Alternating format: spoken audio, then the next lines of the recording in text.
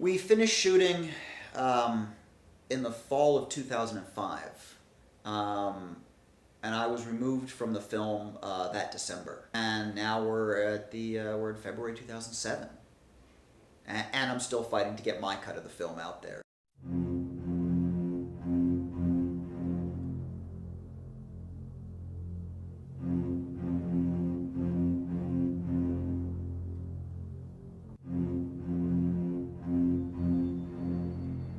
All of the things that drew me to the script and the project are in this version. The commentary about the fear and how it's worked through all of society, and the very poetic statement that's made at the end of the film. And there's so many more personal character developments and heart and layers in this particular cut of the film. To me, it's a different film. I believe that this version is a richer version than the other version. And so not only do I care for it more, like it more, want people to see it for that reason, it's also quite useful to compare. And why not? Because you can fit it on a DVD now. Let's do it. I like, in the writer's and director's cut, I just like the transitions are much more effective to me. They have more metaphoric value. They're more powerful. You have more character development already with the characters, so there's even more sense of empathy with the characters than you would have in the producer's cut.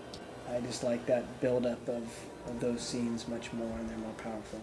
He does have characters that are more rounded, and it also is better resolved, and I respect that. I respect that the filmmakers care and respect the audience. I don't think this is a horror film as most horror films are now.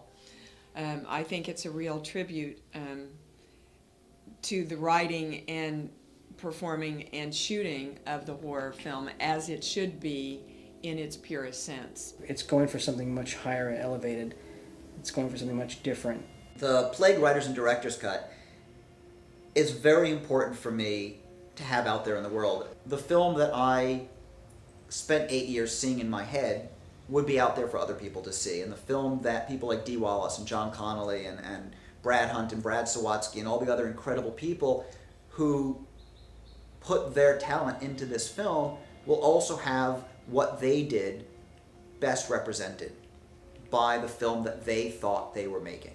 I can't think of something more exciting than to see something that you put your soul into, blood, sweat, and tears, up on the screen how you envisioned it in the first place. I tend to like horror films that have a point of view, or directors have a point of view, directors have a point of view, because those tend to be more interesting in their subject matter and in what they try to do, and they aspire to do more. It's the old saying of, sitting around a campfire and you have someone who's a really great storyteller telling a story, and you have someone who speaks in a monotone voice and tells the same story. There's a big difference between how that story affects you, and that's going to be partially up to the audience to decide whether it's a good storyteller telling the story or not.